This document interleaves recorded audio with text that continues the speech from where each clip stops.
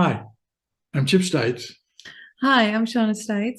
and this is the Laughing Retirement. Now, we're going to talk about right sizing your life, the initial steps toward moving overseas. Yeah, and we've And already done some of that, haven't we, yeah, sweetie? well, we want to recap what we've covered so far. So the first thing we've covered is, know your why. You have to know why you want to do this because it's a major life Major. change. And you're going to go through this transition when you retire anyway.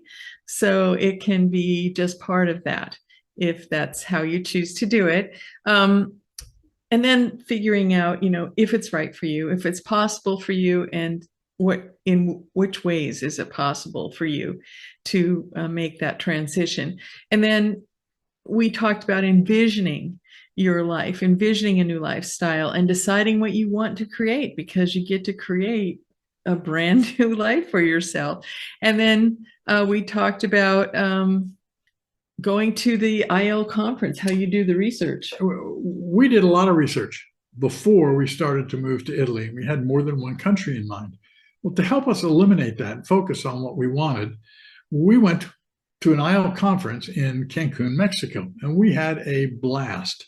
But we were able to talk to people who actually lived in the countries we were interested in to find out what the process was, to find out what we needed to do. And as a result, we were able to narrow down our, 9, 10, 11 different countries that we were looking at down to 4.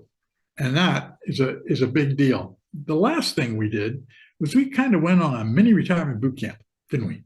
Right. And we're going to make a video about that. We've talked about that, and we decided that instead of just telling you about it, instead of just saying, go do this, we were going to actually, Do a video about it. do a video about it and explain to you what we did and how we did our retirement boot camps. Okay. So now we're going to get into the next steps. So hopefully you've narrowed it down and you found the country that you want to live in. In fact, better than that, you found the exact location, maybe the town, maybe one or two different towns that you want to live in. And so then you're ready to take these next steps, which are right sizing your life. This whole process took us about a year, and we wanted to get financially and legally ready before we left. And the legally ready part is to have us do our wills and our trusts, which we did together. We got all that ready. And then we financially downsized. And we're going to talk about that and what to do and how to do it and when we did it, along with in a different video. Yeah, there's actually 3 parts to this. So there is the financial and the legal part. There is the actual getting ready to move and moving part. And then there is the visa part, which, applying for your visa, which you should be starting now. And Chip's going to also do another video on that. So all of these things will have separate in-depth videos, but these are the overview steps that you need to be taking at this stage of your transition.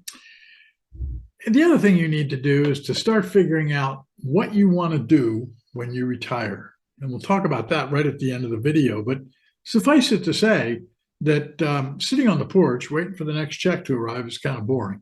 So you want to figure out what to do with your time. Then you need to investigate whether or not you and how you're going to tell your family and friends. So once you've decided to do this, you need to decide, how are we going to tell them, in what order, and how are you going to stay connected, that kind of thing. So that's kind of part of all of this. It actually for us was a big part. Yeah, you want to also develop connections with people in Italy so that you can figure out what you need to do, figure out where you want to go. And people who are already here can help you go through all the processes that are incredibly different from one culture to another culture, as we have found out. And these people need to be English speakers, obviously, that live in country already, yeah. And you're going to build relationships with them. So I encourage you, I've already talked to you about getting online, looking for those expat communities online, and making, Making contacts. making contacts. The biggest mistake we probably made was, besides bringing too much, we'll talk about that, was also not having enough of the language under our belts before we left. And so one of the important things that you can do is take language classes. What do we do, sweetie? Well, when we were getting ready to come, there weren't all these language apps that exist now, and there weren't any in-person Italian classes where we were living. And so we just got the Pimsleur tape series, there's Rosetta Stone, all of that, and we practiced every day, but it wasn't the same as actually speaking and having language conversation with someone. So we didn't, and we were really busy, and we didn't take the time, and we didn't realize how important it was, but it's very important. The next thing you need to do along the line is to investigate your visa process, because for every country it's different, and for Italy it's different. And I'm going to talk in depth about the Italy visa process in another video coming very shortly. And you said it can take up to 9 months, even, depending. We had to travel to the consulate. We had to introduce ourselves to the consulate. And they had all kinds of requirements. We had to translate everything. There was a lot there. And we're going to talk about that in a bit. But you also need to kind of figure out when you want to move, don't you, sweetie? Well, right. So here we go. Pick a general date for moving. And okay, it can be like, I think ours was, we wanted to go in the fall. We thought the fall was going to be a good time. It was out far enough. And we knew we wanted to go in September or October. We didn't want it to get too late into the year. Too late into winter. Yeah, just for the weather and for finding, place to live, moving in and getting around town and just all of that. And then the holidays get in the way. And so that's what we did. We decided, but be prepared for that to shift. Be prepared for that to be fluid, because things are going to get changed around for a little while. Just so you have some context. Yeah. We actually made the decision of where we wanted to move at the end of September or the beginning of October. A year before we actually came. Yeah. And we decided at that time to move in the fall of the next year. Yeah. And everything took about 12 months. But we had already done a lot of research. So there can be a 1 to 2 year window in there beforehand. And we're going to get to some of why.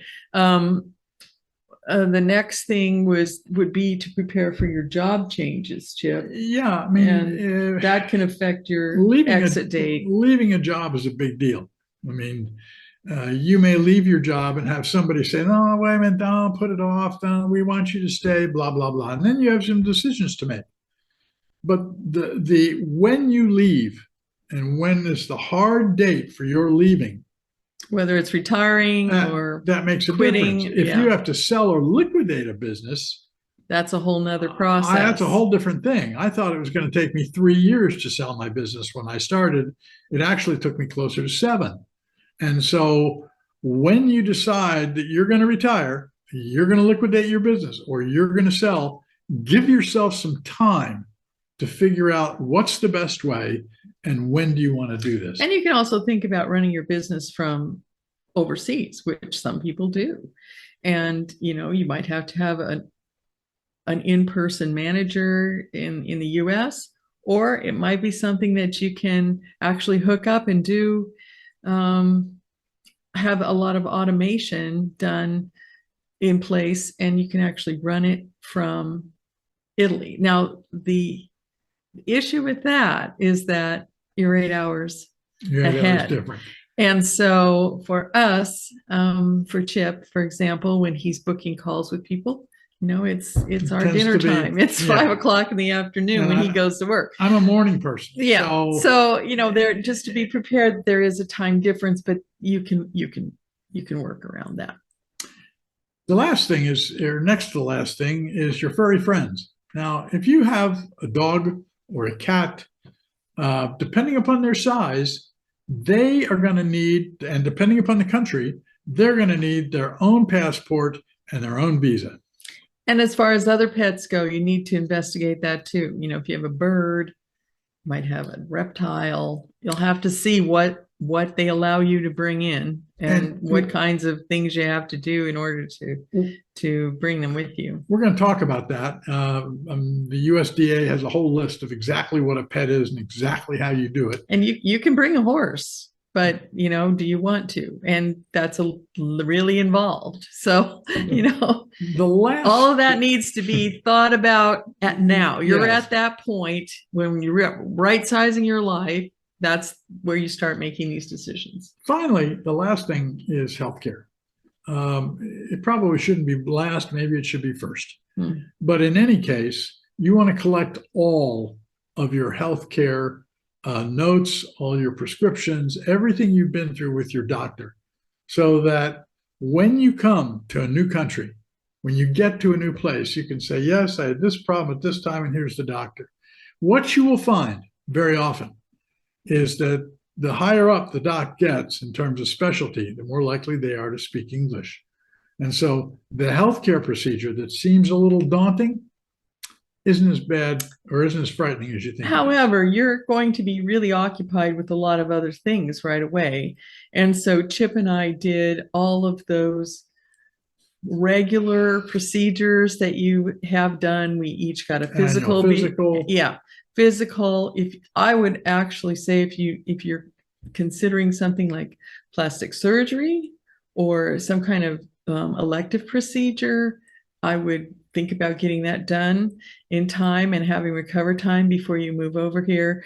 I would also consider, I don't know what, like a colonoscopy, for example, have that done before you leave the States, because it's going to take you a while to get acclimatized and to figure out how the healthcare system works here. And you have to live here 6 months before you can get on the public system. So we don't want to go into detail with that, but I would just say to get all those things taken care of before you go. So that's kind of an overview, a list of the different things that we are going to do in individual videos so that we can get more in depth with the various processes. Shonna is going to talk about how to do the physical move. What do you do with all your possessions? Every bit of it is challenging. I'm going to talk about the financial side and the visa. And so as we go further in depth, you're going to learn more about how to move overseas and right-sizing your life. I'm Chip Stites. And I'm Shonna Kelso Stites. And this is the Laughing Retirement